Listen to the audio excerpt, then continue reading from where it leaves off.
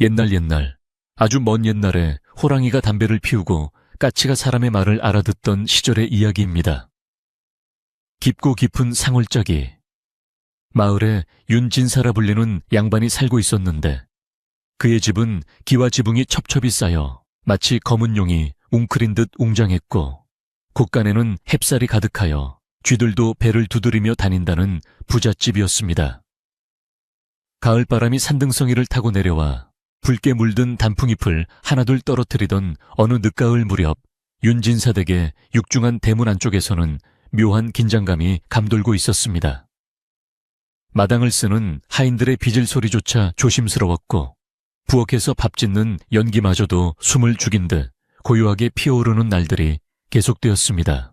그것은 안채와 멀리 떨어진 별채에 새로 들어온 여인 연화가 며칠 전 사내 아이를 낳았기 때문이었습니다. 연화는 본래 읍내에서 이름을 알리던 기녀였으나 그녀의 자태가 마치 진흙 속에서 피어난 연고처럼 고고하고 성품이 어지러 윤진사가 큰돈을 들여 집안으로 데려온 사람이었습니다. 윤진사의 본처는 일찍 세상을 떠났고 슬해 자식이 없어 집안의 대가 끊길 처지였기에 늦은 나이에 얻은 아들은 윤진색에 더할 나위 없는 축복이었습니다. 그러나 연화는 자신의 천한 신분이 아이에게 짐이 될까 두려워 기쁨을 크게 드러내지도 못하고 그저 별채의 작은 방에서 아이를 품에 안고 조용히 눈물을 흘릴 뿐이었습니다. 그녀는 혹여나 자신의 숨소리가 담장을 넘어 안채의 심기를 건드릴까 노심초사하며 갓 태어난 핏덩이를 어루만지는 손길조차 조심스러워했습니다. 윤진사는 그런 연화가가 안쓰럽기도 하고 기특하기도 하여 하루가 멀다 하고 별채를 찾았습니다. 그는 갓 지은 하얀 쌀밥과 맑은 미역국을 직접 챙겨 하녀에게 들려보냈고 방 아랫목이 식지 않도록 군부를 넉넉히 떼라고 신신당부했습니다. 윤진사가 아이의 포대기를 들추어 발그레한 볼을 쓰다듬을 때면 그의 입계는 좀처럼 볼 수 없던 환한 미소가 번지곤 했습니다. 그는 아이의 작은 손을 자신의 거친 손가락에 걸며 이 아이가 장차 가문을 일으킬 기둥이 될 것이라 믿어 의심치 않았습니다. 별차에 문창호지 위로 비치는 두 사람의 그림자는 다정했고 가을밤 귀뚜라미 소리만이 그들의 행복을 조용히 축하해주는 듯했습니다. 하지만 세상의 모든 일이 그렇듯 빛이 강하면 그림자도 짙어지는 법이었습니다. 이 집안의 안살림을 도맡아 하고 있던 사람은 윤진사의 먼 친척벌 되는 박씨 부인이었습니다. 박씨는 갈 곳 없는 처지에 윤진사 댁에 의탁하여 살고 있었지만 오랜 세월 안주인 노릇을 하며 곳간 열쇠를 쥐고 흔들 만큼 그 위세가 대단했습니다. 그녀는 깐깐하고 매서운 눈매를 가졌는데 아랫사람들은 그녀의 헛기침 소리만 들려도 오금이 저린다고 할 정도였습니다. 그런 박씨에게 기생 출신인 연화가 들어와 주인 어른의 사랑을 독차지하고 더구나 떡두꺼비 같은 아들까지 낳았다는 사실은 참을 수 없는 모욕이자 위기였습니다. 박씨는 안채 마루에 앉아 별차의 쪽을 노려보며 입술을 굳게 다물고 부채를 딱딱 소리나게 접었다 폈다 하곤 했습니다. 그녀의 눈빛에는 서늘한 가을바람보다 더 차가운 살기가 서려 있었습니다. 박씨는 겉으로는 윤진사 앞에서 연화의 출산을 축하하는 척했지만 뒤로는 교묘하게 사람들의 입과 귀를 조종하기 시작했습니다. 그녀는 부엌비들이 모여 물을 다듬고 배추를 절이는 곳에 슬그머니 다가가 혀를 차며 말을 흘렸습니다. 올해 유난히 된장 맛이 변한 것이라든지 멀쩡하던 장독이 금이 간 것이라든지 하는 사소한 일들을 모두 별채의 탓으로 돌렸습니다. 천한 피가 양반댁 문턱을 넘으니 집안에 조왕신이 놓아여 재수가 없는 일들이 생긴다는 것이었습니다. 하인들은 처음에는 그 말을 믿지 않았으나 안살림을 쥐고 있는 박씨의 눈밖에 날까 두려워 맞장구를 치기 시작했고 그 소문은 삽시간에 담장을 넘어 온 집안에 퍼져 나갔습니다. 어느 날 저녁 윤진사가 사랑채에서 글을 읽고 있는데 한양에서 급한 전갈이 도착했습니다. 조정에 중요한 일이 생겨 급히 올라오라는 내용이었습니다. 윤진사는 갓 태어난 아이와 몸도 다 추스르지 못한 연화를 두고 떠나는 것이 마음에 걸려 한참을 망설였습니다. 그러나 나라시를 거역할 수는 없는 노릇이었기에 그는 서둘러 행장을 꾸리라 명했습니다.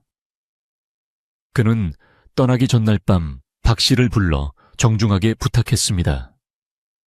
자신이 없는 동안 연화와 아이를 잘 보살펴달라고 날이 점점 차가워지니 땔감이 떨어지지 않게 하고 끼니를 잘 챙겨 먹여달라고 신신당부했습니다. 박씨는 인자한 미소를 지으며 걱정 말고 다녀오시라고 제 집 식구처럼 알뜰히 살피겠노라고 굳게 약속했습니다. 하지만 고개를 숙인 박씨의 인매는 비릿하게 비틀려 올라가고 있었습니다. 다음날 아침 윤진사는 떠날 채비를 마치고 별채로 향했습니다. 연화는 창백한 얼굴로 아이를 안고 나와 윤진사를 배웅했습니다. 윤진사는 연화의 손을 꼭 잡으며 첫눈이 오기 전에는 반드시 돌아올 테니 아이와 함께 몸조리 잘하고 있으라고 따뜻하게 말했습니다. 연화는 눈물이 그렁그렁한 눈으로 고개를 끄덕이며 부디 무사히 다녀오시기를 간절히 빌었습니다. 윤진사가 말에 올라타 멀어질 때까지 연화는 대문 밖을 서성였고 말굽소리가 들리지 않게 되어서야 무거운 발걸음을 돌려 방으로 들어왔습니다. 대문이 닫히는 둔탁한 소리가 마치 그녀의 가슴을 치는 듯 쿵 하고 울렸습니다. 그 소리는 앞으로 닥쳐올 것엔 풍파를 예고하는 신호탄과도 같았습니다. 윤진사가 떠나자마자 집안의 공기는 순식간에 바뀌었습니다. 마치 기다렸다는 듯이 찬바람이 마당을 휩쓸었고 사람들의 눈빛은 싸늘하게 변했습니다. 박씨는 더 이상 숨길 것이 없다는 듯 본색을 드러냈습니다. 그녀는 가장 먼저 별채로 들어가는 땔감의 양을 줄이라고 명령했습니다. 날씨가 예년보다 따뜻하니 귀한 장작을 낭비할 필요가 없다는 핑계였습니다. 하인들이 머뭇거리자 박씨는 불호령을 내리며 당장 실행에 옮기게 했습니다. 아궁기에 들어가는 장작이 줄어들자 별채의 구들장은 금세 미지근해졌고 밤이 되면 냉기가 스며들어 연화는 아이를 더욱 품에 꼭 끌어 안아야만 했습니다. 밥상 또한 형편없이 변해갔습니다. 윤진사가 있을 때는 윤기가 흐르는 쌀밥과 고기 반찬이 올라왔지만 그가 떠난 지 사흘도 되지 않아 밥상은 식은 보리밥과 짠지 몇 조각으로 채워졌습니다. 젖을 먹여야 하는 산모에게는 턱없이 부족하고 거친 음식이었지만 연화는 불평 한마디 하지 않았습니다. 혹여라도 자신이 불평을 했다가 그나마 나오는 밥상마저 끊길까 두려웠기 때문입니다. 그녀는 쓴 나물을 씹으며 아이에게 젖을 물렸고 배고픔을 참으며 물 한 사발로 허기를 달랬습니다. 연화는 아이의 맑은 눈망울을 보며 윤진사가 돌아올 날만을 손꼽아 기다리며 하루하루를 버텼습니다. 시간이 흐를수록 박씨의 괴롭힘은 더욱 교묘하고 악랄해졌습니다. 그녀는 연화가 빨래를 널어놓으면 바람에 날아간 척 흙바닥에 떨어뜨려 다시 빨게 만들었고 아이가 울면 시끄러워 집안 어른들이 쉴 수 없다며 사람을 보내 면박을 주었습니다. 어느 날은 연화가 물을 기르러 우물가에 나왔다가 하녀들이 수군거리는 소리를 듣게 되었습니다. 저 여자가 들어온 뒤로 밤마다 도깨비불이 보인다느니 아이 울음소리에 까마귀가 몰려든다느니 하는 흉흉한 소문들이었습니다. 연화는 가슴이 철렁 내려앉았지만 아무 말도 하지 못하고 도망치듯 방으로 돌아와 이불을 뒤집어쓰고 숨죽여 울었습니다. 늦가을 비가 추적추적 내리던 어느 날 박씨는 무당을 불러 굿을 하겠다고 설쳤습니다. 집안에 낀 애군을 몰아내야 윤진사가 한양에서 무사히 돌아올 수 있다는 명분이었습니다. 징과 꽹과리 소리가 요란하게 울려 퍼지는 가운데 무당은 칼춤을 추며 별채 쪽을 향해 소금을 뿌리고 쌀을 던졌습니다. 그것은 마치 연화와 아이를 부정한 존재로 취급하여 쫓아내려는 의식과도 같았습니다. 연화는 방 안에서 귀를 막고 아이를 달래며 이 끔찍한 소음이 멈추기만을 간절히 기도했습니다. 비바람의 문창호지가 덜컹거리는 소리가 마치 누군가 문을 부수고 들어오려는 것 같아 그녀는 공포에 질려 밤새 한숨도 자지 못했습니다. 박 씨는 여기서 멈추지 않았습니다. 그녀는 마을 사람들에게도 헛소문을 퍼뜨렸습니다. 윤진사가 기생에게 홀려 정신을 못 차리고 있으며 그 기생이 낳은 아이가 사실은 윤진사의 핏줄이 아닐지도 모른다는 끔찍한 모함이었습니다. 마을 사람들은 처음에는 반신반의했지만 윤진사가 오랫동안 돌아오지 않고 집안 분위기가 뒤숭숭하자 점차 박 씨의 말을 믿기 시작했습니다. 사람들은 우물가나 장터에서 모이면 윤진사 댁 별차에 이야기를 안주 삼아 씹어댔고 연화는 집 밖으로 한 발자국도 나가지 못하는 신세가 되었습니다. 그녀는 철저하게 고립되었고 세상 모든 사람이 자신에게 등을 돌린 것 같은 외로움과 두려움에 떨어야 했습니다. 날씨는 점점 더 추워져 서리가 하얗게 내리기 시작했습니다. 별채의 아궁이는 이제 얼음장처럼 차가워졌고 연화는 솜이 다 빠진 낡은 이불 하나에 의지해 추위를 견뎌야 했습니다. 아이도 추위를 느끼는지 밤새 칭얼거렸고 연화는 자신의 천으로 아이를 녹여주기 위해 밤새도록 아이를 안고 앉아 있어야 했습니다. 그녀의 손발은 동상에 걸려 붉게 부어올랐고 얼굴은 헬쑥하게 말라갔지만 눈빛만은 아이를 지키겠다는 일념으로 더욱 강인하게 빛나고 있었습니다. 그녀는 문풍지 틈으로 들어오는 황소바람을 몸으로 막아서며 제발 이 겨울이 빨리 지나가기를 그리고 윤진사가 하루빨리 돌아오기를 빌고 또 빌었습니다. 어느 날 밤 박 씨가 하인을 시켜 별채로 부르지도 않은 의원을 보냈습니다. 아이가 아픈 것 같으니 진맥을 해보라는 것이었습니다. 연화는 아이가 어디 아픈 곳 없이 잘 자고 있다고 거절하려 했으나 의원은 막무가내로 아이의 팔을 잡고 요리조리 살펴보더니 고개를 갸웃거렸습니다. 그리고는 박 씨에게 돌아가 무언가 속닥거렸습니다. 다음 날 아침 박 씨는 심각한 얼굴로 앉혀해 마루의 하인들을 집합시켰습니다. 그리고는 의원이 말하길 아이에게서 불길한 역병의 기운이 느껴진다고 했다며 이대로 두면 집안 식구 모두가 병에 걸릴 것이라고 선포했습니다. 하인들은 공포에 질려 웅성거렸고 박 씨는 회심의 미소를 지으며 드디어 때가 왔음을 직감했습니다. 박 씨는 이 기회를 놓칠세라 연화를 몰아붙일 준비를 서둘렀습니다. 그녀는 창고 깊숙이 넣어두었던 낡은 진보다리를 꺼내어 먼지를 털어내며 중얼거렸습니다. 내 이 집안을 지키기 위해서라면 무슨 지신들 못하랴. 천한 것들이 감히 안방을 넘보다니. 밖에는 늦가을의 마지막 비가 진눈개비로 바뀌어 내리고 있었고 바람소리는 마치 짐승의 울음소리처럼 거칠어졌습니다. 별채에 홀로 남겨진 연화는 왠지 모를 불안감에 가슴이 두근거려 잠을 이룰 수 없었습니다. 멀리서 들려오는 부엉이 소리가 유난히 구슬프게 들리는 밤 어둠 속에서 누군가의 발자국 소리가 별채를 향해 천천히 아주 천천히 다가오고 있었습니다. 하늘에서 떨어지는 것이 진눈개비에서 한방눈으로 바뀌는 데는 그리 오랜 시간이 걸리지 않았습니다. 세상은 온통 하얗게 뒤덮였지만 그 백색의 풍경이 연화에게는 아름답기는커녕 마치 거대한 상복을 입은 저승사자처럼 보였습니다. 밤이 깊어갈수록 바람은 더욱 거세게 울부짖었고 창호지 문을 사정없이 흔들어대며 방 안에 있는 사람의 간담을 서늘하게 만들었습니다. 별채의 구들장은 이미 식을 대로 식어 얼음장이나 다름없었고 연화는 윗목 아랫목 할 것 없이 냉기가 스며드는 방 안에서 아이를 품에 안고 웅크리고 앉아 입김을 호호 불어가며 언손을 녹이고 있었습니다. 그때 거센 바람소리 사이로 다급하고 거친 발자국 소리가 들려오더니 이내 별채의 방문이 쾅 하고 거칠게 열렸습니다. 문 밖에는 찬바람을 등지고 선 박씨와 건장한 하인 몇 명이 횃불을 들고 서 있었는데 그들의 그림자가 방 안으로 길게 드리워지며 마치 악귀가 덮치는 듯한 공포감을 조성했습니다. 박 씨는 방 안으로 들어오지도 않은 채 문지방 너머에서 싸늘한 눈빛으로 연화를 내려다보았습니다. 그녀의 입에서는 하얀 입김이 뿜어져 나왔지만 뱉어내는 말은 그 입김보다 훨씬 더 차갑고 매서웠습니다. 그녀는 대뜸 소리를 지르며 당장 그 불길한 핏덩이를 안고 이 집에서 나가라고 호통을 쳤습니다.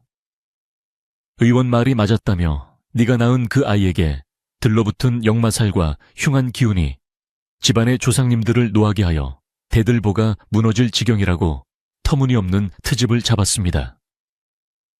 연화는 너무나 기가 막히고 두려워 아이를 더욱 세게 끌어안으며 주인 어른이 오실 때까지만이라도 기다려달라고 이 엄동설 안에 갓난아이를 데리고 어디로 가란 말이냐며 눈물로 애원했습니다.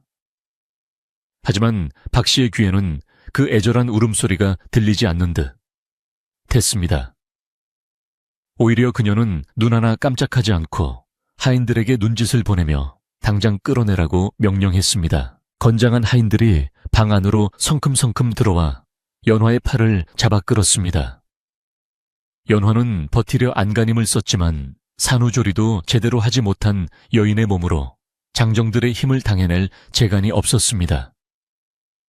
그녀는 아이가 다칠세라 품에 꼭 안은 채 질질 끌려 마당으로 내동댕이 쳐졌습니다. 눈 쌓인 차가운 마당 바닥에 살이 닿자마자 뼈가 시리는 고통이 전해졌지만 연화는 자신의 아픔보다 아이가 놀라지 않았을까 하는 걱정이 앞섰습니다. 그녀는 흙투성이가 된 치맛자락을 수습할 새도 없이 다시 무릎을 꿇고 박 씨에게 빌었습니다. 제발 하룻밤만이라도 재워달라고 날이 밝으면 떠날 테니 이 눈보라 속으로 쫓아내지만 말아달라고 손이 발이 되도록 빌었습니다. 그러나 박 씨는 코웃음을 치며 부정한 것들이 머물면 집안에 재앙이 닥친다며 대문을 활짝 열라고 소리쳤습니다. 대문 밖, 세상은 그야말로 눈과 바람의 지옥이었습니다. 칠흑 같은 어둠 속에서 눈보라가 회오리치며 몰아치고 있었고 길조차 제대로 보이지 않을 만큼 눈이 쌓여 있었습니다. 하인들은 연화의 등 뒤에서 떠밀듯이 그녀를 대문 밖으로 밀어냈습니다. 연화는 짐 보따리 하나 챙기지 못한 채 몸에 걸친 얇은 소복과 아이를 감싼 포대기 하나만을 가지고 거리로 내몰렸습니다.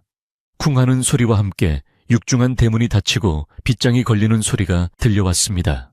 그 소리는 마치 연화의 인생에서 따뜻했던 시절이 영원히 끝났음을 알리는 선고와도 같았습니다. 대문 앞에 주저앉은 연화는 닫힌 문을 두드리며 울부짖었지만 안에서는 아무런 인기척도 들리지 않았습니다. 오직 담장 너머로 박 씨가 하인들을 닥달하며 어서 들어가자고 재촉하는 소리만이 희미하게 들려올 뿐이었습니다. 연화는 한참을 대문 앞에서 서성였지만 점차 감각이 없어져가는 발가락과 칭얼거리기 시작하는 아이를 느끼고는 정신을 차려야만 했습니다.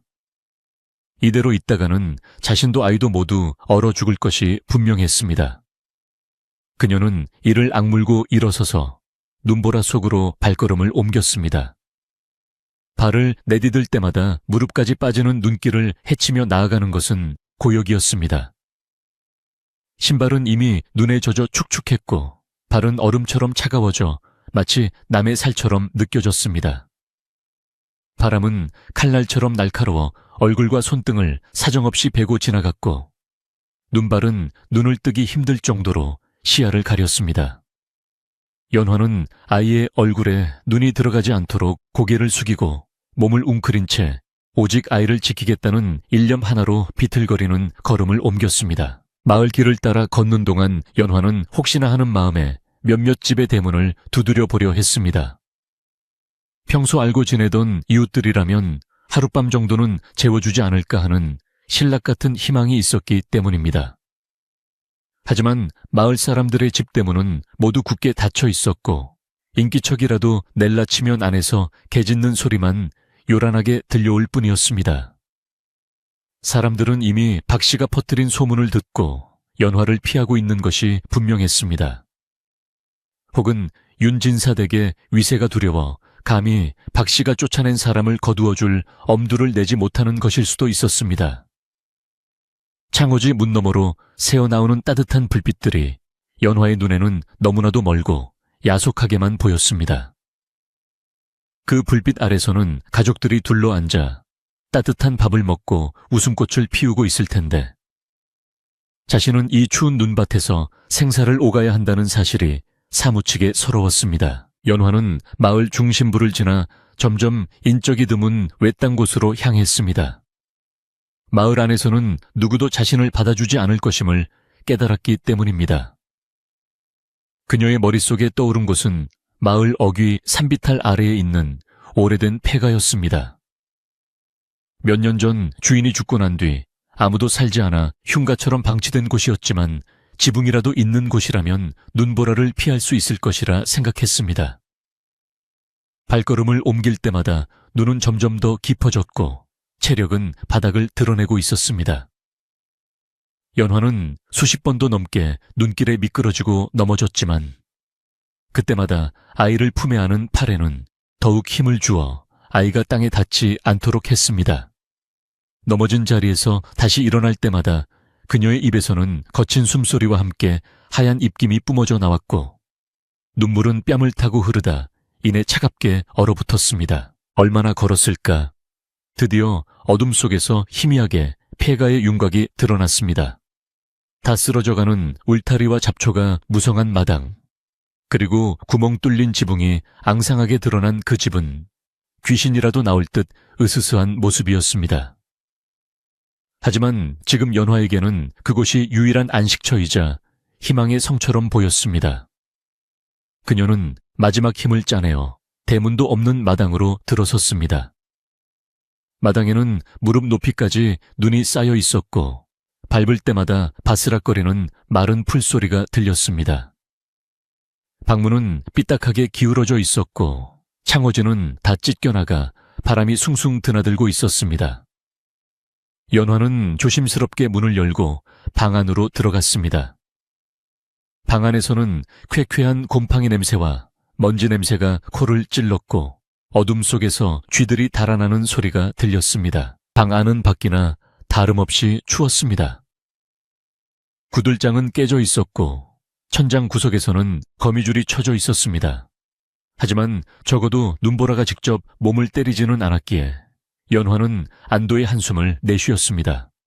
그녀는 방 한 구석 바람이 그나마 덜 들어오는 곳을 찾아 자리를 잡았습니다.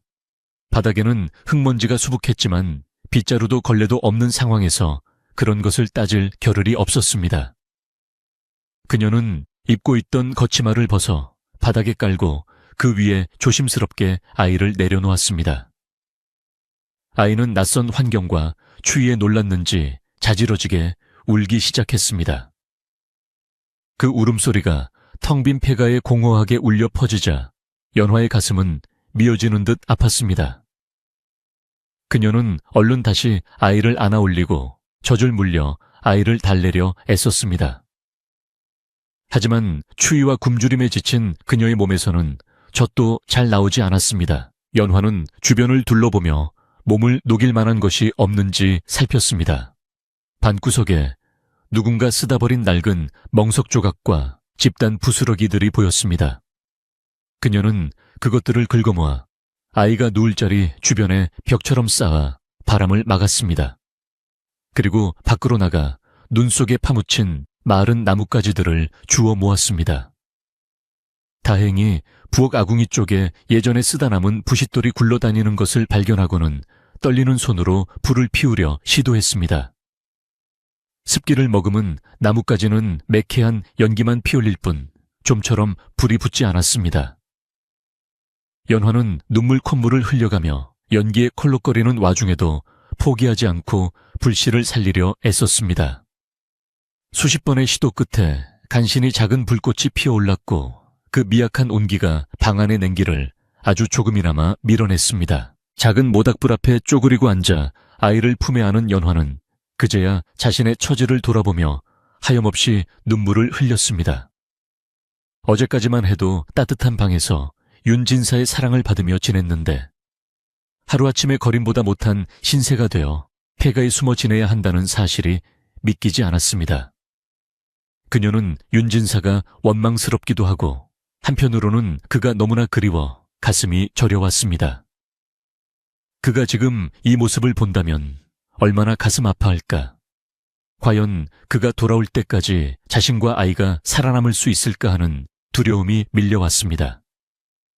밖에서는 여전히 눈보라가 휘몰아치며 지붕을 때리고 있었고 낡은 집은 바람이 불 때마다 삐그덕거리며 비명을 질렀습니다. 마치 이 집도 연화의 슬픔을 함께 아파하는 듯했습니다. 시간이 흐르고 밤이 깊어지자 추위는 더욱 맹위를 떨쳤습니다. 피워놓은 작은 불은 금세 꺼져버렸고 다시 어둠과 냉기가 방 안을 장악했습니다. 연화는 더 이상 땔감을 구할 힘도 없었습니다. 그녀는 아이를 자신의 품속 깊숙이 살과 살이 맞닿도록 끌어안고 자신의 겉옷으로 아이를 감쌌습니다. 자신의 천을 모두 아이에게 주어 자신은 얼어 죽더라도 아이만은 살리겠다는 어미의 처절한 몸부림이었습니다. 연화의 몸은 사시나무 떨듯 떨려왔고 입술은 파랗게 질려 감각이 없었지만 그녀는 멈추지 않고 아이의 등을 토닥이며 나지막이 자장가를 불렀습니다. 떨리는 목소리로 부르는 자장가는 슬프고도 아름다워 듣는 이가 있었다면 누구나 눈물을 흘렸을 것입니다. 자장 우리 아가 험한 세상 꿈꾸지 말고 엄마 품에서 고이 자라. 눈보라도 비바람도 내 잠을 깨우지 못하리니 내일이면 아빠 오셔 따뜻한 방에 눕혀주리. 연화는 주문을 외우듯 반복해서 노래를 불렀습니다. 노래를 부르다 보면 무서움도 잊히고 추위도 잠시 잊을 수 있을 것 같았습니다. 그녀의 의식은 점점 희미해져 갔습니다. 눈꺼풀이 청은망은 무거워지며 잠이 쏟아졌지만 그녀는 잠들면 영영 깨어나지 못할 것임을 직감하고 허벅지를 꼬집으며 정신을 붙들었습니다. 환영처럼 눈앞에 윤진사의 웃는 얼굴이 아른거렸고 따뜻했던 지난날의 추억들이 주마등처럼 스쳐 지나갔습니다. 그녀는 그 행복했던 기억들을 붙잡고 앙상한 폐가의 기둥에 기대어 길고 긴 겨울밤을 견뎌내고 있었습니다. 새벽녘이 되자 눈보라는 조금 잦아들었지만 기온은 가장 낮게 떨어져 세상의 모든 것을 얼려버릴 듯했습니다. 폐가의 문틈으로 스며든 황소바람에 연화의 머리카락에는 하얗게 서리가 내려앉았습니다. 그녀는 이제 손가락 하나 까딱할 수 없을 만큼 온몸이 굳어버렸지만 아이를 아는 팔만은 돌처럼 단단하게 고정되어 풀리지 않았습니다. 아이는 엄마의 따뜻한 품속에서 새근거리는 숨소리를 내며 깊은 잠에 빠져 있었습니다. 세상에서 가장 안전하고 따뜻한 요새가 되어준 엄마의 품 덕분에 아이는 바깥 세상의 혹독함을 전혀 모른 채 꿈나라를 여행하고 있었습니다. 연화는 흐릿해지는 시야 속에서 아이의 평온한 얼굴을 내려다보며 희미한 미소를 지었습니다. 자신이 살아있는 한 이 아이에게는 절대로 추위를 느끼게 하지 않겠다는 모성애가 얼어붙은 밤 공기를 가르고 피어오르고 있었습니다. 그 시각 마을 사람들은 따뜻한 아랫목에서 잠을 자면서도 왠지 모를 죄책감에 뒤척였습니다. 개들이 밤새 지저대던 소리가 멈추고 고요가 찾아오자 사람들은 혹시나 그 불쌍한 모자가 눈 속에 파묻혀 죽은 것은 아닌지 걱정이 되기 시작했습니다. 하지만 누구 하나 선뜻 나서서 문을 열어볼 용기를 내지 못했습니다. 윤진사 댁의 권세와 박씨의 도끼가 그들의 양심을 억누르고 있었기 때문입니다. 오직 마을 어기 외딴 곳에 사는 늙은 노파만이 밤새 잠을 이루지 못하고 창문을 조금 열어 폐가 쪽을 바라보며 혀를 차고 있었습니다. 노파는 세상 돌아가는 이치를 꿰뚫고 있는 지혜로운 사람이었기에 이 비극이 단순히 한 집안의 문제가 아니라 마을 전체에 닥칠 업보가 될 것임을 예감하고 있었습니다. 그녀는 주섬주섬 옷을 챙겨 입으며 날이 밝는 대로 팩에 가봐야겠다고 다짐했습니다. 동이 트기 전 푸르스름한 새벽빛이 눈 덮인 마을을 비추기 시작했습니다. 밤새 내린 눈으로 마을은 온통 은세계가 되었지만 그 아름다움 속에는 잔혹한 이야기가 숨겨져 있었습니다. 윤진사 댁의 높은 담장 안에서는 하인들이 눈을 치우는 소리가 들려왔고 굴뚝에서는 아침밥을 짓는 연기가 피어올랐습니다. 그들은 간밤에 쫓아낸 모자에 대해서는 입도 번긋하지 않은 채 마치 아무 일도 없었다는 듯 일상을 시작했습니다. 그러나 그 평온함은 폭풍 전의 고요와 같았습니다. 마을 어귀에 다 쓰러져가는 폐가 눈 속에 반쯤 파묻힌 그 작은 집에서 아직 생명의 불씨가 꺼지지 않고 가늘게 타오르고 있다는 사실을, 그리고 그 불씨가 언젠가 큰 불이 되어 모든 것을 바로잡게 될 것임을 아직 아무도 알지 못했습니다. 눈 속에 찍힌 연화의 발자국은 이미 새로 내린 눈에 덮여 사라졌지만 그녀가 흘린 눈물과 하는 땅속 깊이 스며들어 봄을 기다리는 씨앗처럼 웅크리고 있었습니다. 눈 덮인 산골 마을에 다시금 아침 해가 떠올랐습니다. 밤새 몰아치던 눈보라가 멈추고 세상은 눈부시게 하얀 옷으로 갈아입은 채 고요한 침묵에 잠겨 있었습니다. 마을 어귀 사람들의 발길이 끊긴 낡은 폐에도 희미한 햇살이 스며들었습니다. 지붕에 석가래가 드러난 구멍 사이로 들어온 빛은 방 한구석에 웅크린 연화와 아이를 비추었습니다. 연화는 밤새 뜬 눈으로 아이를 안고 버티다 새벽녘이 되어서야 깜빡 선잠이 들었는데 인기척에 놀라 번쩍 눈을 떴습니다. 굳어버린 몸을 억지로 일으키며 문 쪽을 바라보니 문풍지가 다 찢어진 문틈 사이로 누군가의 그림자가 어른거렸습니다. 두려움에 몸을 떨며 아이를 감싸는 연화의 귀에 뽀드득거리는 눈 밟는 소리가 점점 가까워졌습니다. 문이 조심스럽게 열리고 들어온 사람은 마을 외딴 곳에 홀로 사는 노파였습니다. 허리가 굽고 주름이 깊게 패인 노파는 평소 마을 일에 끼어드는 법이 없었으나 간밤의 눈보라 속에서 들려오는 아기 울음소리 같은 바람소리에 마음이 쓰여 잠을 이루지 못했던 것입니다. 노파의 손에는 김이 모락모락 나는 따뜻한 숭늉 한 그릇과 낡은 화로가 들려 있었습니다. 노파는 방 안에 참혹한 광경을 보고는 혀를 차며 안타까워했습니다. 얼음장 같은 바닥에 얇은 옷가지 하나로 버티고 있는 모자의 모습은 차마 눈 뜨고 볼 수 없을 만큼 처연했습니다. 노파는 말없이 화로를 연화 앞에 내려놓고 식기 전에 숭늉을 마시라고 손짓했습니다. 그 투박한 손길에는 100마디 말보다 더 깊은 위로가 담겨 있었습니다. 연화는 떨리는 손으로 숭늉 그릇을 받아 들었습니다. 온기가 손바닥을 통해 전해지자 왈칵 눈물이 쏟아졌습니다. 목구멍으로 넘어가는 따뜻한 물이 얼어붙었던 오장육부를 녹여주었고 그제야 살았다는 안도감이 밀려왔습니다. 노파는 품에서 주먹만한 밥덩이와 말린 나물 몇 가지를 꺼내어 연화에게 건네며 젖을 먹이려면 어미가 먼저 먹어야 한다고 나직이 일렀습니다. 그리고는 밖으로 나가 주변에 널려있던 마른 장작들을 구해와 아궁이에 불을 지피기 시작했습니다. 오랫동안 사용하지 않아 막혀있던 굴뚝으로 연기가 역류했지만 노파는 아랑곳하지 않고 능숙한 솜씨로 불길을 살려냈습니다. 이윽고 방바닥에 미지근한 온기가 돌기 시작하자 연화는 아이를 아랫목으로 옮기고 노파에게 절을 하며 감사를 표했습니다. 노파는 연화의 손을 잡으며 말했습니다. 사람이 하는 일은 하늘이 보고 땅이 아는 법이다. 지금은 비록 찬바람이 매섭게 불어닥치나 언젠가는 반드시 따뜻한 봄바람이 불어올 것이니 마음을 굳게 먹거라. 그 말은 연화의 가슴 깊이 박혀 꺼지지 않는 등불이 되었습니다. 노파는 그날 이후로도 남들 눈을 피해 하루에 한 번씩 폐가를 찾아와 땔감과 먹을거리를 놓아두고 갔습니다. 마을 사람들은 윤진사 댁에 눈치를 보느라 대놓고 연화를 돕지는 못했지만 밤중에 몰래 쌀자루를 문 앞에 두고 가거나 헌 이불을 던져놓고 가는 이들이 하나둘 생겨났습니다. 비록 쓰러져가는 폐가였지만 그곳에는 윤진사 댁에 그 으리으리한 기와집보다 더 진한 사람의 온기가 피어오르고 있었습니다. 반면 연화와 아이를 내쫓은 윤진사 댁의 안채에는 이상한 기운이 감돌기 시작했습니다.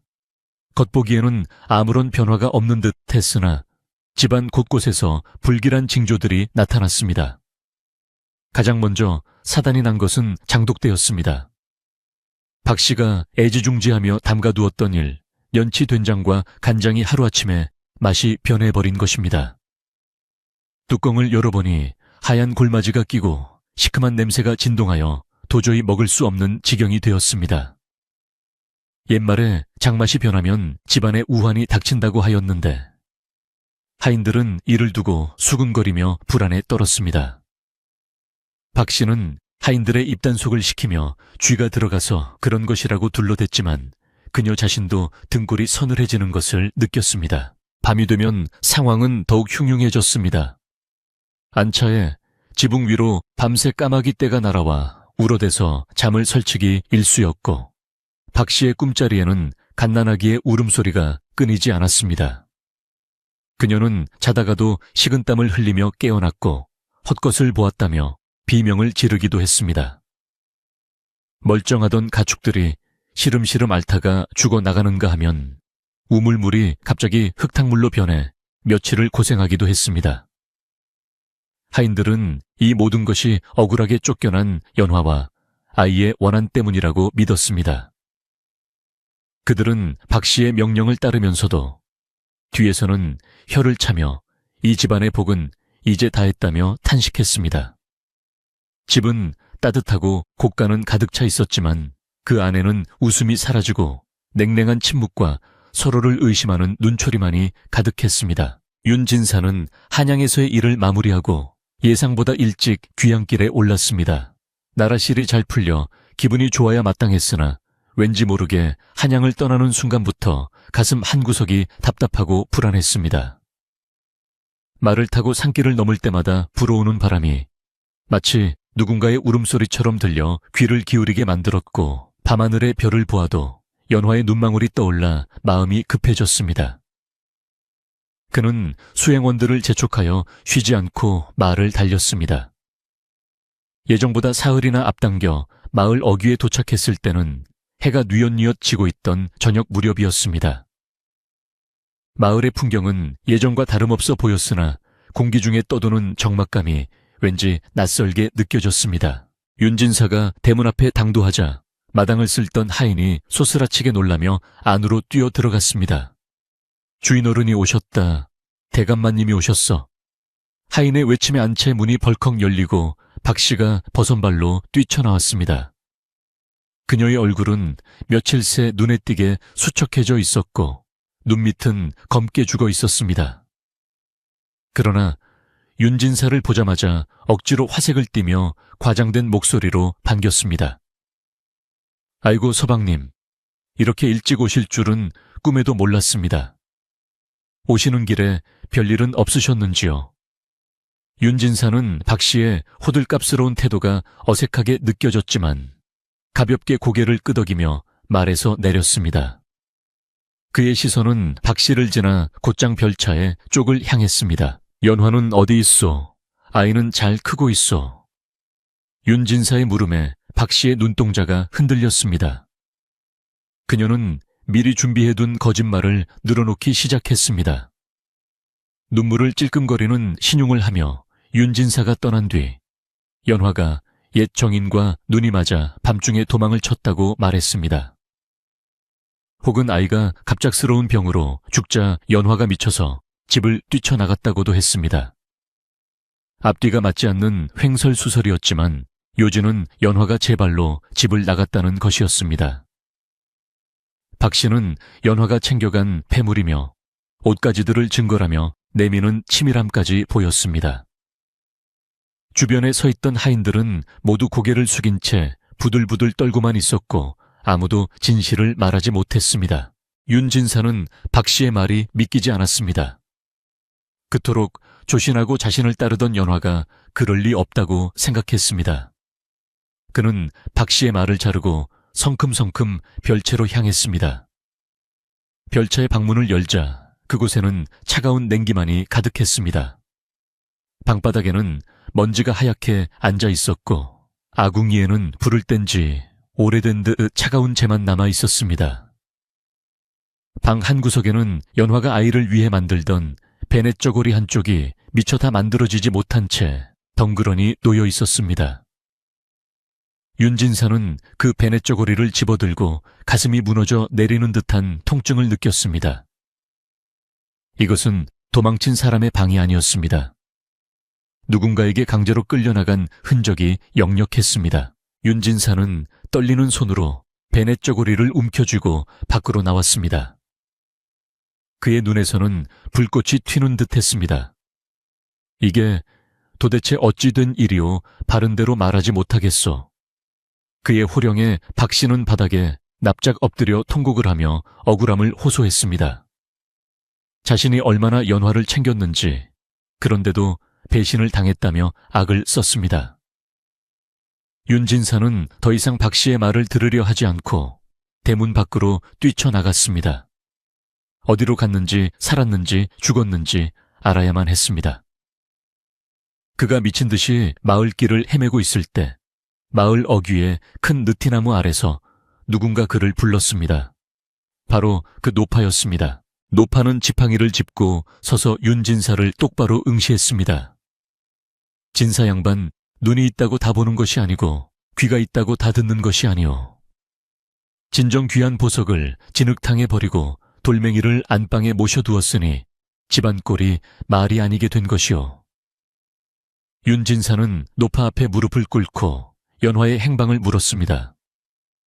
노파는 지팡이 끝으로 마을 끝자락 산비탈 아래에 폐가를 가리켰습니다.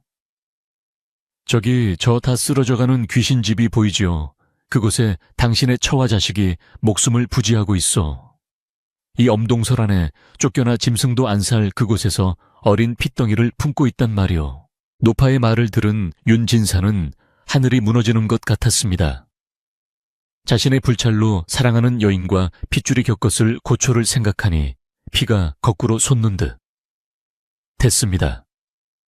그는 뒤도 돌아보지 않고 폐가를 향해 달리기 시작했습니다. 눈 쌓인 길에 미끄러져 넘어지면서도 다시 일어나 달렸습니다.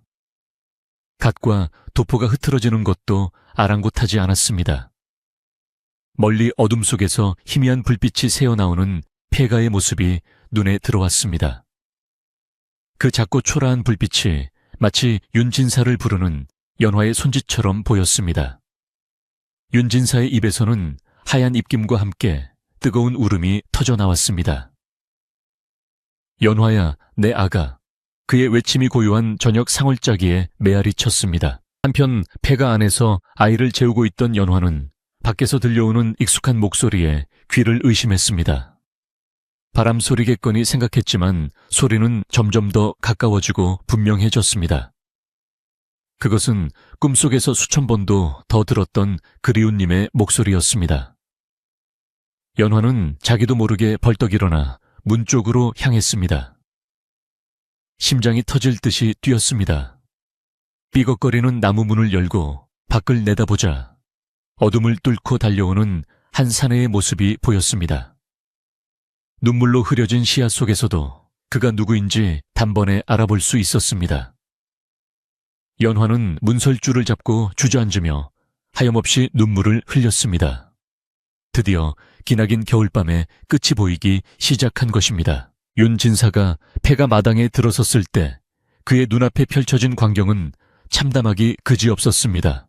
무너져 내린 담장 잡초가 무성한 마당, 그리고 금방이라도 쓰러질 듯 위태로운 초가집. 그곳에서 얇은 소복 차림의 연화가 문을 열고 자신을 바라보고 있었습니다. 그녀의 얼굴은 고생으로 인해 반쪽이 되어 있었고 손발은 퉁퉁 부어 있었습니다. 윤진사는 단숨에 달려가 연화를 와락 끌어안았습니다. 차가운 그녀의 몸이 그의 품 안에서 바들바들 떨렸습니다. 미안하오, 정말 미안하오. 내 너무 늦게 왔소. 윤진사의 뜨거운 눈물이 연화의 어깨를 적셨고 두 사람은 눈밭 위에서 서로를 부둥켜 안고 오열했습니다. 방 안으로 들어간 윤진사는 윗목에 누워 잠든 아이를 보았습니다. 누더기 같은 이불에 쌓여 있었지만 아이의 얼굴은 평온하고 볼은 발그레했습니다. 연화가 자신의 모든 것을 바쳐 지켜낸 생명이었습니다. 윤진사는 아이의 작은 손을 잡고 굵은 눈물을 뚝뚝 흘렸습니다. 그리고 맹세했습니다. 다시는 이 두 사람을 춥게 하지 않겠노라고, 다시는 누구도 이들을 해치지 못하게 하겠노라고 다짐했습니다. 방 안에 작은 화로 불빛이 세 사람의 그림자를 벽에 길게 비추었고 그 그림자는 마치 하나가 된 듯 서로 엉겨붙어 흔들렸습니다. 밖에서는 여전히 찬바람이 불고 있었지만 이 낡은 폐가 안만큼은 세상 그 어느 곳보다 따뜻한 봄날이었습니다. 윤진사는 밤이 깊도록 연화의 곁을 지키며 그동안의 이야기를 들었습니다. 박 씨가 저지른 악행들을 하나하나 들을 때마다 그의 주먹은 쥐어졌다 펴졌다를 반복했습니다. 그러나 연화는 박 씨를 원망하는 말보다는 아이가 무사히 자라준 것에 감사하다는 말을 더 많이 했습니다. 그녀의 고운 마음씨에 윤진사는 더욱 가슴이 아팠고 박 씨에 대한 분노는 더욱 차갑게 식어 단단한 결심으로 굳어졌습니다. 날이 밝으면 모든 것을 바로잡을 것이라 마음먹었습니다. 썩은 가지는 잘라내고 진흙 속에 묻혀있던 보석은 다시 제자리에 올려놓을 시간이 다가오고 있었습니다. 겨울이 깊으면 봄이 머지않다는 옛말처럼 길고 길었던 고통의 밤이 지나고 마침내 윤진사 댁과 연화의 삶에도 새로운 아침이 밝아오고 있었습니다. 폐가의 지붕 위로 쌓였던 눈들이 아침 햇살에 녹아 처마 끝에서 맑은 물방울이 되어 톡톡 떨어지는 소리가 마치 봄을 재촉하는 시계 소리처럼 들려왔습니다. 윤진사는 자신의 두루마기를 벗어 연화의 야윈 어깨를 감싸주었고 입고 있던 솜저고리를 벗어 아이를 겹겹이 싸주었습니다. 밤새 웅크려 굳어있던 연화의 몸은 남편의 따뜻한 온기에 서서히 풀리기 시작했고 창백했던 볼에도 조금씩 생기가 돌아왔습니다. 윤진사는 연화의 손을 꼭 잡고 이제 다시는 당신의 손을 놓지 않겠노라고, 이 누추한 곳에서의 기억은 눈 녹듯 사라지게 해주겠노라고 굳게 약속하며 그녀를 부축해 일으켰습니다. 폐가를 나서는 두 사람의 발걸음은 더디지만 확신에 차 있었고 그 뒤를 따르는 윤진사의 그림자는 그 어느 때보다 듬직해 보였습니다. 마을 어귀로 들어서자 부지런한 마을 사람들이 하나둘 대문 밖으로 나와 눈을 치우고 있다가 이 광경을 목격하게 되었습니다. 죽은 줄만 알았던 연화가 살아서 돌아오고 한양 갔던 윤진사가 그녀를 부축해 오는 모습은 마을 사람들에게 큰 충격과 동시에 안도감을 주었습니다.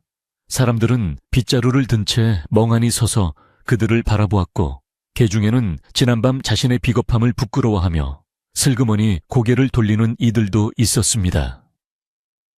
윤진사는 마을 사람들을 향해 묵례를 하거나 아는 체를 하지 않고 오직 앞만 보고 걸으며 자신의 처와 자식을 당당하게 집으로 데려가고 있었습니다. 그것은 무언의 꾸짖음이자 이제 모든 것을 제자리로 돌려놓겠다는 가장 지하장의 선언과도 같았습니다. 윤진사 댁의 육중한 대문 앞에 다다르자 안에서 인기척을 느낀 하인들이 황급히 문을 열었습니다. 마당에는 박 씨가 안절부절 못하며 서성이고 있었는데 윤진사와 함께 들어오는 연화의 모습을 보자마자 소스라치게 놀라 뒤로 주춤 물러났습니다. 그녀의 얼굴은 하얗게 질려 마치 귀신을 본 듯했고 입술은 파르르 떨려 아무 말도 하지 못했습니다. 윤진사는 박 씨를 향해 서늘한 눈빛을 보내며 마당 한가운데에 섰습니다. 그의 침묵은 고함보다 더 무겁게 마당을 짓눌렀고 하인들은 감히 숨소리조차 크게 내지 못한 채 고개를 땅에 쳐박고 엎드렸습니다. 바람소리마저 멈춘 듯한 정막 속에서 윤진사의 낮고 위험 있는 목소리가 울려 퍼졌습니다. 내 집안을 잘 건사하라 일렀거늘 어찌하여 내 처자식이 짐승만도 못한 곳에서 떨고 있었단 말이냐. 박 씨는 쿵쿵 뛰는 가슴을 부여잡고 변명을 늘어놓으려 했습니다. 연화가 스스로 나간 것이라고 아이에게 낀 애군을 막기 위해 잠시 피신시킨 것이라고 횡설수설하며 말도 안 되는 거짓말을 이어갔습니다. 하지만 그녀의 목소리는 떨리고 있었고 눈동자는 불안하게 흔들려 누가 보아도 거짓임을 알 수 있었습니다. 윤진사는 더 이상 듣고 싶지 않다는 듯 손을 들어 그녀의 말을 막았습니다. 그리고는 엎드려 있는 하인들을 향해 물었습니다. 너희들은 보았을 것이다. 이 사람이 내 처자식에게 무슨 짓을 했는지. 진실을 구하는 자는 용서할 것이나 끝까지 거짓을 구하는 자는 엄벌에 처할 것이다. 주인의 덫을 퍼런 호령에 평소 박 씨의 위세에 눌려 지내던 늙은 하녀 하나가 울음을 터뜨리며 앞으로 기어나와 모든 것을 실토하기 시작했습니다.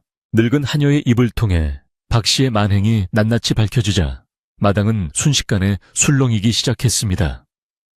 뗄감을 주지 않아 방을 냉골로 만든 일, 끼니를 굶긴 일, 무당을 불러 저주를 퍼부은 일, 그리고 눈보라 치는 밤에 갓난아이와 함께 쫓아낸 일들이 하나하나 드러날 때마다 윤진사의 표정은 굳어갔고 박 씨는 바닥에 주저앉았습니다. 다른 하인들도 용기를 얻어 그동안 박 씨가 저지른 전횡과 이간질을 앞다투어 고발했습니다. 곡간의 곡식을 빼돌려 친정에 보낸 일이나 아랫사람들을 함부로 매질한 일들까지 모두 쏟아져 나왔습니다. 박 씨는 사색이 되어 윤진사의 바짓가랑이를 잡고 한 번만 용서해달라고 빌었지만 이미 엎질러진 물이었습니다. 윤진사는 차갑게 그녀의 손을 뿌리치며 말했습니다. 사람의 탈을 쓰고 어찌 그리 모진 짓을 할 수 있단 말이냐. 내 너를 관가에 넘겨 죄를 묻고 싶으나 집안의 명예를 생각하여 내치기만 할 것이니 당장 이 집에서 나가거라. 윤진사는 박 씨에게서 곡간 열쇠와 안채의 모든 권한을 회수했습니다. 그리고 당장 짐을 싸서 떠나라고 명령했습니다. 박 씨는 울며 불며 매달렸지만 하인들에 의해 짐 보따리 하나만 달랑든 채 대문 밖으로 끌려 나갔습니다. 그녀가 쫓겨나는 모습은 지난밤 연화가 쫓겨나던 모습과 묘하게 겹쳐졌으나 아무도 그녀를 동정하지 않았습니다. 이것은 인과응보요 사필 규정이라 뿌린 대로 거둔다는 세상의 이치가 눈앞에서 증명되는 순간이었습니다. 박 씨가 사라지자 집안을 짓누르던 검은 먹구름이 걷히는 듯 됐습니다. 윤진사는 하인들에게 명하여 집안 곳곳을 쓸고 닫게 하였고 대문을 활짝 열어 묵은 공기를 빼내고 신선한 바람을 들이게 했습니다. 마당의 눈을 말끔히 치우고 부엌에는 다시 솥을 걸어 따뜻한 밥을 짓게 하니 집안은 금세 활기를 되찾기 시작했습니다. 연화는 다시 별채로 돌아왔습니다. 하지만 예전에 춥고 외로운 별채가 아니었습니다. 윤진사는 의원을 불러 연화와 아이의 건강을 살피게 하고 비단 이불과 따뜻한 옷감을 들여와 방을 화사하게 꾸며주었습니다. 아궁기에는 참나무 장작이 타오르며 방바닥을 뜨끈하게 데웠고 창호지는 새로 발라 틈새 바람을 막았습니다. 따뜻한 아랫목에 앉아 깨끗한 옷으로 갈아입고 김이 모락모락 나는 흰 쌀밥과 고기국을 마주한 연화는 그제야 긴장이 풀리며 안도의 한숨을 내쉬었습니다. 아이도 따뜻한 물에 목욕을 하고 새 베넷저고리를 입은 채 젖을 배불리 먹고는 곤히 잠들었습니다. 연화는 잠든 아이의 얼굴을 쓰다듬으며 이 모든 것이 꿈이 아니기를 다시는 이 행복이 깨지지 않기를 간절히 기도했습니다. 며칠이 지나자 집안에는 더욱 놀라운 변화가 찾아왔습니다. 박 씨가 있을 때 맛이 변해버렸던 장독대의 장맛이 신기하게도 다시 제맛을 찾은 것입니다. 퀴퀴하고 시큼하던 냄새는 사라지고 구수하고 깊은 본래의 장냄새가 진동했습니다. 또한 지붕 위에서 불길하게 우러대던 까마귀 떼는 온데간데 없이 사라지고 아침마다 까치들이 날아와 반가운 소리로 울어댔습니다. 하인들은 이를 두고 집안의 주인인 연화가 돌아오니 집안의 신들도 노여움을 풀고 복을 내려주는 것이라며 입을 모았습니다. 윤진사 댁은 예전의 풍요롭고 평온한 모습을 되찾았을 뿐만 아니라 비온 뒤에 땅이 굳어지듯 가족 간의 정은 더욱 깊고 단단해졌습니다. 연화는 자신을 괴롭혔던 하인들을 탓하거나 벌하지 않았습니다. 그들 또한 박 씨의 서슬에 눌려 어쩔 수 없었음을 이해했기 때문입니다. 오히려 그녀는 곳간을 열어 하인들에게 쌀과 옷감을 나누어 주며 앞으로는 한 식구처럼 서로 아끼며 살자고 다독였습니다. 연화의 넓은 아량과 따뜻한 마음씨에 감동한 하인들은 눈물을 흘리며 그녀를 진정한 안주인으로 모시게 되었습니다. 그들은 누가 시키지 않아도 정성을 다해 연화와 아이를 모셨고 집안일 하나하나에 마음을 담았습니다. 연화의 덕망은 담장을 넘어 마을에도 전해졌고 마을 사람들은 그녀를 생불 살아있는 부처이라 칭송하며 존경하게 되었습니다. 그녀가 겪은 고난은 오히려 그녀를 더욱 빛나는 존재로 만들어 주었습니다. 어느덧 혹독했던 겨울이 완전히 물러가고 마당 한 구석에 서 있던 늙은 매화나무 가지에 꽃봉오리가 맺히기 시작했습니다. 딱딱한 껍질을 뚫고 나온 연분홍 꼬집은 추위를 이겨낸 생명의 신비를 보여주듯 고귀하고 아름다웠습니다. 윤진사는 연화와 함께 툇마루에 앉아 피어나는 매화를 바라보며 말했습니다. 매화는 추위 속에서 맑은 향기를 팔지 않는다고 하오. 당신의 마음이 저 매화와 같구려. 연화는 수줍게 미소 지으며 윤진사의 어깨에 머리를 기대었습니다. 두 사람 사이에는 더 이상 설명이 필요 없는 깊은 신뢰와 사랑이 흐르고 있었고 그들을 감싸는 봄바람은 더 없이 부드럽고 따뜻했습니다. 시간은 흘러 아이는 무럭무럭 자라났습니다. 아이의 첫 번째 생일인 돌잔치가 다가올 무렵 아이는 방긋방긋 웃으며 아장아장 걷기 시작했습니다. 윤진사는 아이가 걷는 모습만 봐도 밥을 안 먹어도 배가 부르다며 허허 웃었고 연화는 아이를 위해 색동저고리를 지으며 행복한 나날을 보냈습니다. 마을 사람들도 모두 초대되어 잔치를 벌였는데 떡과 술을 나누어 먹으며 아이의 앞날을 축복해 주었습니다. 그날 잔치에는 연화에게 땔감을 가져다 주었던 노파도 상석에 모셔져 극진한 대접을 받았습니다. 윤진사와 연화는 노파를 평생의 은인으로 여기며 그녀가 편안한 여생을 보낼 수 있도록 보살펴 드렸습니다.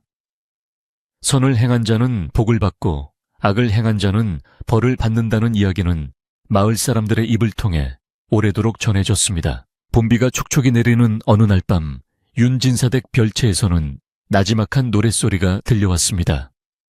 연화가 아이를 자으며 부르는 자장가 소리였습니다. 지난 겨울 폐가에서 추위에 떨며 불렀던 그 슬픈 자장가가 아니었습니다. 이제는 따뜻한 방 안에서 평온함과 사랑이 가득 담긴 목소리로 부르는 행복의 노래였습니다. 창호지 문에 은은하게 비치는 호롱불 그림자 아래 아이는 엄마의 심장 소리를 들으며 새근새근 잠이 들었고 윤진사는 그 곁에서 흐뭇한 표정으로 책장을 넘기고 있었습니다. 세상의 모든 거친 풍파가 잠재워지고 오직 평화만이 깃든 밤이었습니다. 자장자장 우리 아가 꽃밭에서 노는 아가 밤이 오면 별이 되고 낮이 오면 해가 되어 온 세상을 비추어라. 엄마 아빠 사랑 속에 무럭무럭 자라나서 널리 사람 이롭게 하는 큰 사람이 되어다오. 연화의 자장가는 담장을 넘어 마을 어귀까지 잔잔하게 퍼져나갔습니다. 그 소리를 들은 마을 사람들도 하루의 고단함을 잊고 평온한 잠자리에 들 수 있었습니다. 봄비는 대지를 적시며 새싹을 틔우고 연화의 사랑은 가족을 감싸며 희망을 키웠습니다. 그렇게 윤진사 댁의 이야기는 고난 끝에 찾아온 봄날처럼 따뜻하고 아름다운 결말로 맺어졌습니다. 지금 이 이야기를 듣고 계신 여러분의 창밖에도 어둠이 내려앉았습니다. 혹시 마음속에 추운 겨울바람이 불고 있다면 언젠가는 반드시 따뜻한 봄이 올 것이라는 믿음을 가지시길 바랍니다. 연화가 칠흑 같은 어둠 속에서도 희망을 잃지 않았던 것처럼 우리네 삶에도 기다림 끝에 피어나는 매화 같은 기쁨이 있을 것입니다. 오늘 밤은 연화가 부르는 자장가 소리를 마음으로 들으며 걱정 근심 모두 내려놓고 편안한 잠을 청해 보십시오.